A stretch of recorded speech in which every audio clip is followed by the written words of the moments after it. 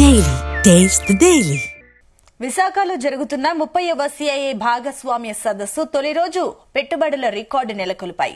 ముఖ్యమంత్రి సమక్షంలో 41 ఒప్పందాలు, మంత్రుల సమక్షంలో మరో 324 ఒప్పందాలు జరిగాయి. మొత్తం 365 కంపెనీలు 8,26,668 కోట్ల పెట్టుబడులు పెట్టేందుకు రాష్ట్ర ప్రభుత్వంతో ఎంఓయూలు కుదుర్చుకున్నారు. దీని ద్వారా 12,05,174 ఉద్యోగాలు రానున్నాయి.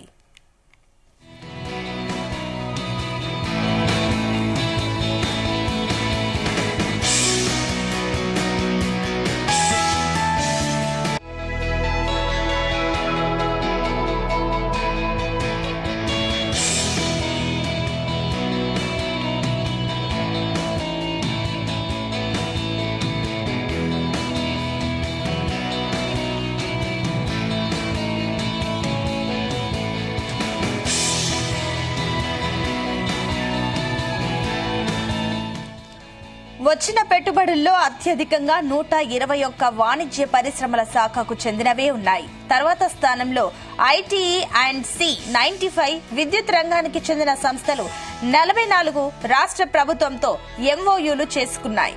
సిఐఐ సమ్మిట్ 2 రోజులు కలిపి 10 లక్షల కోట్ల పెట్టుబడులు వస్తాయని అధికారులు అంచనా వేయగా అందరి అంచనాలను మించి ఒక్క రోజులోనే పెట్టుబడులు రావడం రాష్ట్ర ప్రభుత్వంపై పెట్టుబడిదారులు పెట్టుకున్న విశ్వాసాన్ని మరోసారి రుజువు చేసింది.